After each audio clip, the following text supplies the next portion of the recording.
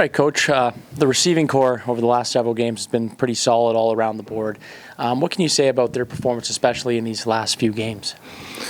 I just really feel like that, when they've been targeted, they've come up and made their play. That's really what it's been about. I think each of them have had key second down conversions. If you go through the board, I know we highlighted that you don't know who it's going to be on any given time. I know that the first name that comes to mind is obviously Tim, but if you really take a deep look at the film, the ball's being spread around quite a bit. So I can just say that the coach is doing a great job preparing them, and they're doing a great job performing.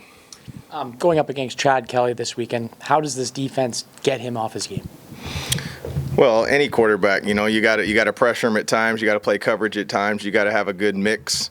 Obviously, that starts up front, and so he's having a great season for a reason. And I think that he'll take off with it if he needs to, and he'll also stay in there and take a hit. He's shown that, and I think that's pretty evident when you look at the tape. So, I don't know exactly what it looks like. We have a game plan, but I know that it's always going to start up front, and we're going to have to do a great job of mixing our coverages and pressuring.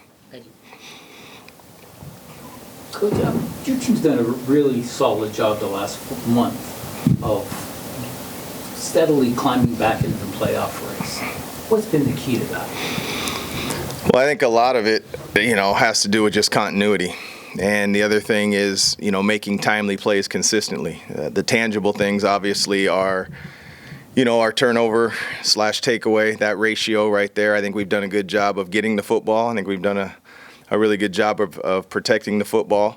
And then, of course, we've been scoring touchdowns when we've gotten down there, and I think we've done a decent job of giving up field goals. And then you add special teams. I think they've done a decent job of covering, and we've done a better job with our punt placement. So it's three phases. Has the offense too? As Scott's become more comfortable with calling plays, and Taylor's been more comfortable with what Scott wants, that sort of maturation over the process too helped with that? I think you always gain, a little bit from experience and just being around one another and understanding, everybody's what they bring to the table. And Taylor's gaining, what I keep alluding to is experience. Every game that he plays, he's garnering just a little bit more experience. I think he's more confident. I think he's, more confident reading coverages, the expectations of each individual player. And then, we've been, like I said, the continuity has really helped. Playing Toronto for the fourth time, there's also, you talk about familiarity. I know what your answer is going to be, but when you play a team 4 times, do you get a beat on what they do?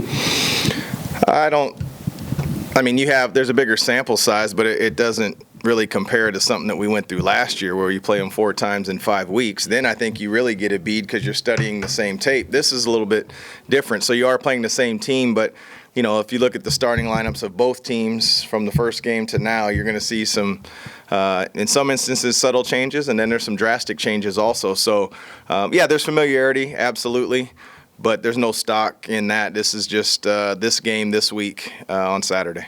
And last question about the Argos. The fact that they've clinched, do you expect anything different from them this week that maybe you hadn't seen in terms of their intensity and their... No, I'm sure they're playing to have the best record in the league since whatever year, and I'm sure they'll be highly motivated. They're playing at home, they're playing us, and we don't put any focus in on that. We expect their best and to protect their home turf. But like always, Dan, we're going to focus on ourselves and our improvement. Going back to what you mentioned about Taylor just getting used to more reps. Mm-hmm. He seems more confident putting the jump balls up there, and that's A. And B, you're winning more than you were earlier in the year. Was there any what's going on there? Threats. I'm joking.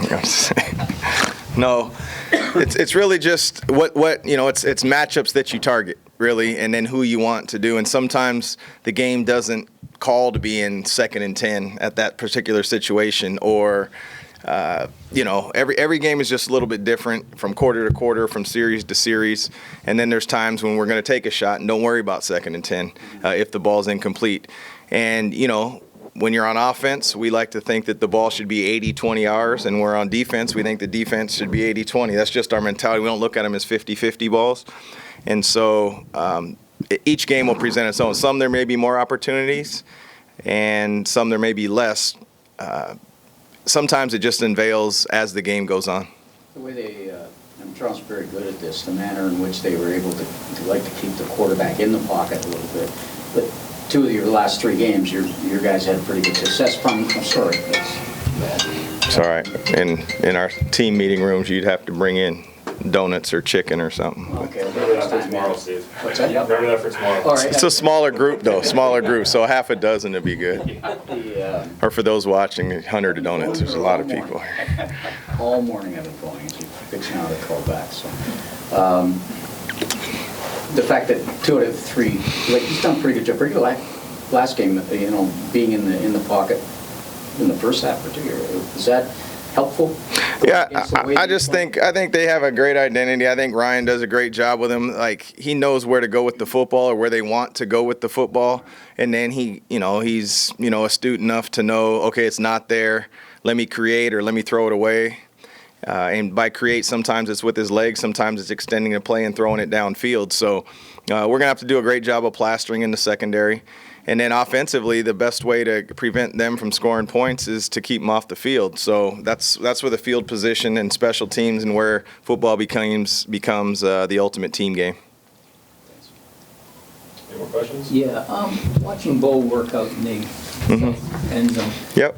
He's coming along nicely, would I say? And have you put a timetable on if and when he returns this year? No timetable. It's just we're not going to rush any of that. We know that Bo's working hard, and sometimes these things you want to rush it, but you have good and bad days in rehab, meaning not when you do it, but how it responds. So no timetable. Just want him to be 99.9% healthy, both between the ears and physically, and then we'll make a choice. If you were a betting man, would you bet on him? I mean, is the prognosis for him to come back this year? I mean, are you holding out hope still that he can play this year? Yeah, I'm not going to bet against somebody who's a proven quarterback in the league and who's working his tail off to get back. So, I'm optimistic that he'll be on the field at some point.